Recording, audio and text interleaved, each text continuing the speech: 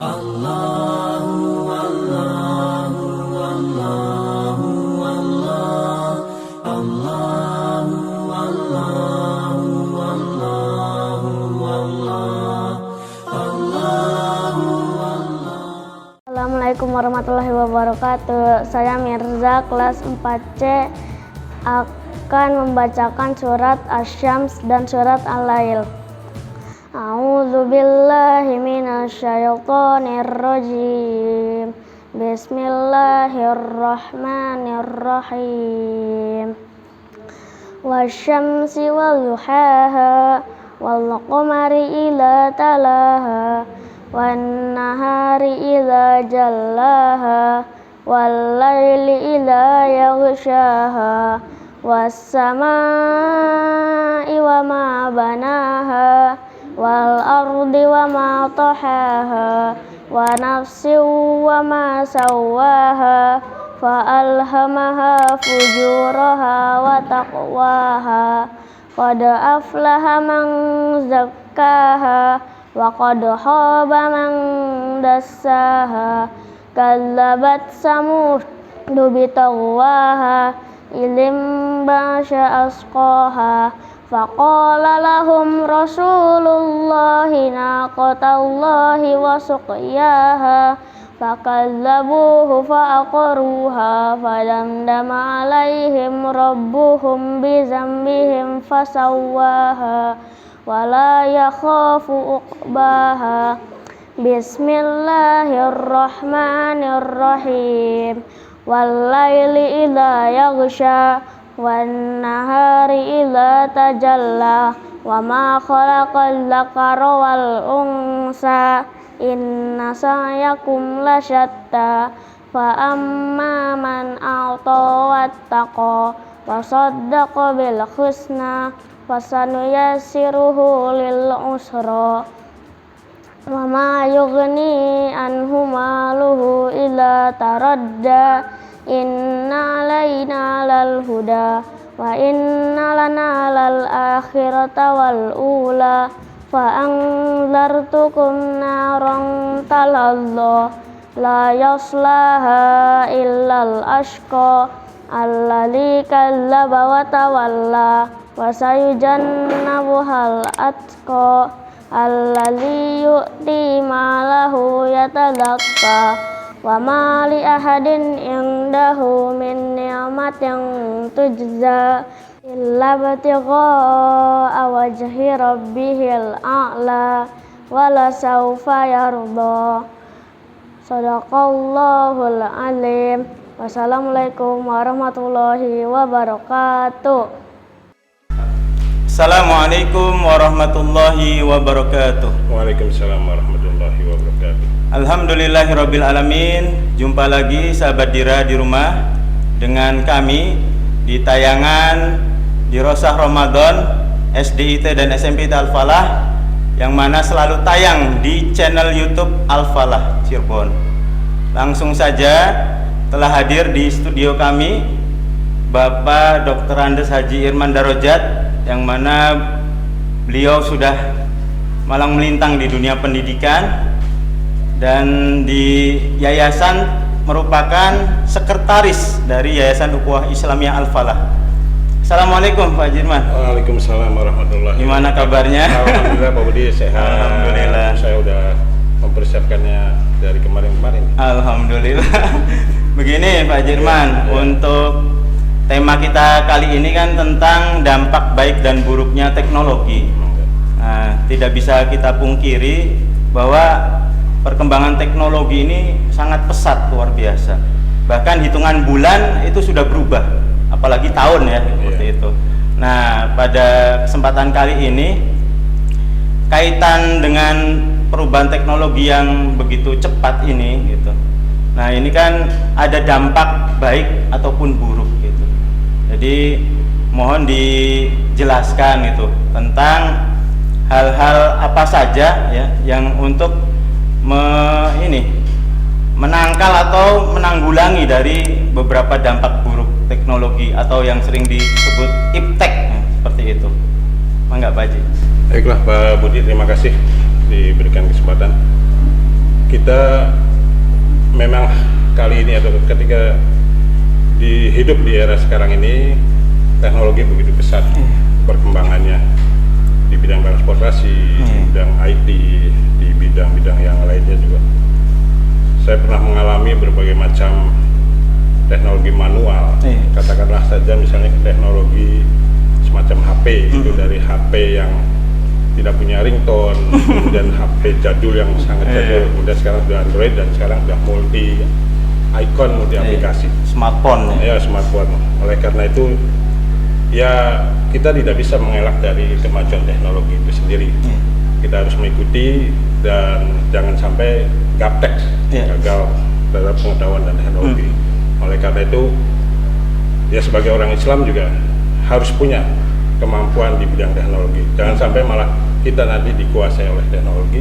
Justru yang terbaik adalah kita lah yang menguasai teknologi. Begitu Pak Budi. Khawatirnya nanti kita ketinggalan zaman. Ya, kita ketinggalan zaman, akhirnya kita tergilas oleh teknologi. Kita nanti hanya menjadi objek dari teknologi. Nah, harusnya kita sebagai subjek dari teknologi. Justru kita harus bisa mengisi di era sekarang ini apa yang menjadi kebutuhan dari masyarakat melalui teknologi. Baik, kemudian begini Pak Haji Irman, dahulu ya orang kan berkomunikasi itu kalau yang dekat kan dengan tatap muka, ngobrol, ya kan? Kemudian bagi yang jauh mungkin melalui surat menyurat, zaman dulu ini. Kemudian di zaman yang canggih seperti sekarang, ini kan kadang kita itu berkomunikasi dengan orang yang tidak kita kenal juga, latar belakangnya seperti apa, seperti di medsos kan. Ya asal ngobrol gitu tang seperti itu, akhirnya yang timbul kan justru ada masalah-masalah gitu di luar dugaan. Nah, kemudian yang ingin ditanyakan, bagaimana cara bijak berkomunikasi di era teknologi digital seperti sekarang? Ya, tentu saja kita harus pandai-pandai memilah atau memilih teman di sosmed misalnya. Tidak semua teman itu berniat baik kepada kita. Bisa jadi justru teman di sosmed itu akan menjerumuskan kita.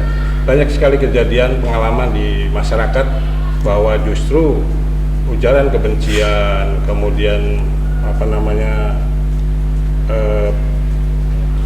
pelanggaran itu karena kita terpancing oleh statement teman, kemudian kita terpancing, akhirnya masalahnya kepada kita sendiri. Oleh karena itu, cobalah kita pandai memilih teman, jangan semua teman langsung dikonfirm, di-add sebagai teman. Diteliti dulu dulu identitasnya seperti. Kalau identitasnya abal-abal, tidak jelas, ya sudah hapus saja, dan sudah tidak usah dihiraukan. Tapi kalau identitasnya jelas, kemudian punya manfaat bagi kita kalau berteman dengan seseorang, ya mangga itu di-add, di-confirm sebagai teman. Siapa tahu itu sharingnya, kemudian kedepannya memberi manfaat bagi kehidupan kita. Nah, memberi inspirasi kepada kita, memberi pembelajaran kepada kita. Karena di sini tidak semua teman lah punya niat, mungkin hanya sebagian kecil yang punya niat jelek untuk menghack nomor-nomor kita, akun-akun kita, kemudian menipu orang. Itu kan sangat lumrah, sangat banyak kejadiannya di masyarakat. Mudah-mudahan kalau kita berhati-hati, kalau kita bijak memilih teman dan selektif tentu saja, ya itu medsos ini menjadi manfaat bagi kita. Kemudian begini Pak Haji Irman, untuk fenomena di zaman kita ini kan seolah terbalik. Yang jauh seperti dekat, yang dekat menjadi jauh gitu. Nah, dari hal-hal yang seperti ini nih, bagaimana cara menjaga silaturahim? Baik itu dengan keluarga, sahabat kita, atau dengan tetangga nih, misalkan dalam satu komplek perumahan atau satu desa. Nah, dengan teman sekerja ini bagaimana cara menjaga silaturahim di zaman yang seperti ini? Baik Pak Budi, tentu saja silaturahim itu adalah baik, dan ini ajaran kita sebagai umat Islam. Ajaran justru kita harus memperbanyak silaturahim. Silaturahim itu memperpanjang umur, kemudian punya banyak manfaat. Dan sampai dihilangkan, apapun kondisinya, apapun kemajuan teknologi, jangan sampai silaturahim itu dihilangkan. Kita tetap upayakan mendatangi teman, apalagi itu orang tua yang mungkin jauh dari kehidupan kita. Kita berada di luar kota, orang tua di kampung. Itu alangkah sangat mengharapkannya untuk kehadiran kita. Tidak cukup hanya misalnya lewat video call, lewat Zoom meeting, lewat telepon. Justru kalau kita dekat dengan orang tua, insya Allah barokahnya juga akan ada. Kemudian kita juga sebagai bentuk anak sayang kepada orang tua, kita harus menghormati orang tua, yang membahagiakan, merawatnya, maka harus didatangin. Teman-teman juga begitu, teman-teman tidak semua harus, misalnya kalau kita perlu sama teman dengan cukup video call atau dengan Zoom meeting, tapi harus didatangin. Itu kan sebagai etika orang kita dan juga agama, akhlaknya juga harus begitu. Kita harus menghormat kepada yang tua, kemudian menyayangi yang muda. Kemudian begini Pak Haji Irman, jadi kan teknologi ini kan sebenarnya sebuah sarana prasarana ya untuk memudahkan manusia dalam menjalani kehidupan. Nah, akan tetapi kan kalau diibaratkan teknologi ini seperti sebilah pisau gitu.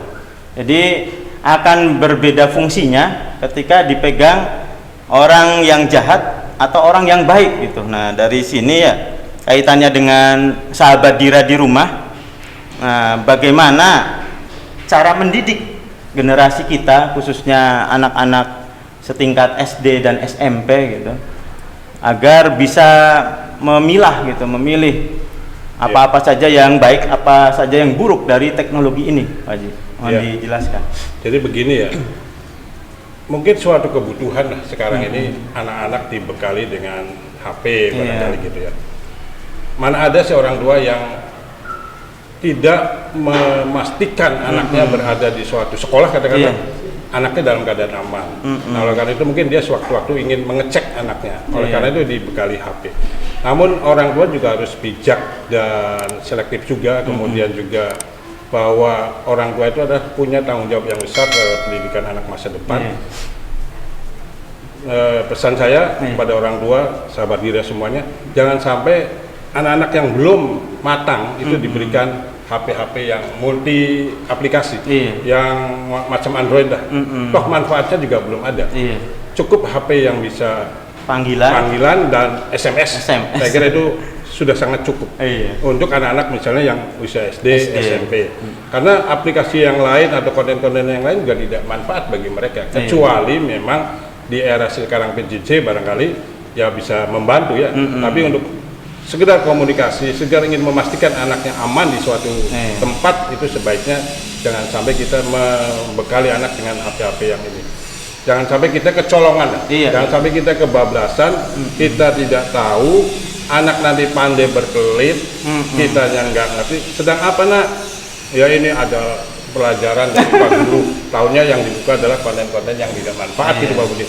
Oleh karena itu orang tua harus bijak, orang tua juga harus sayang sama anaknya.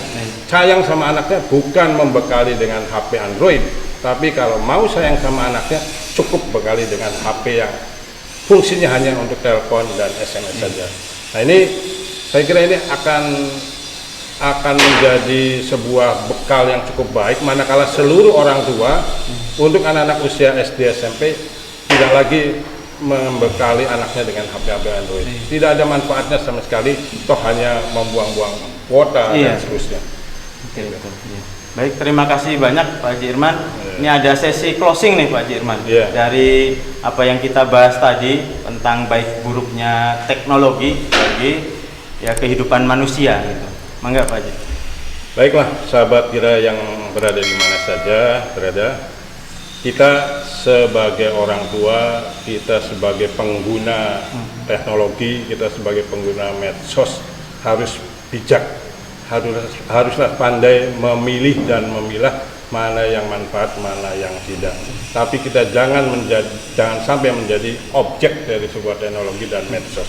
Medsos harus kita isi, karena kalau kita tidak mengisinya dengan konten-konten yang positif, dengan artikel-artikel yang positif, mungkin orang lain yang tidak punya tanggung jawab, yang ingin bangsa Indonesia ini mungkin tidak baik ke depannya akan mengisinya.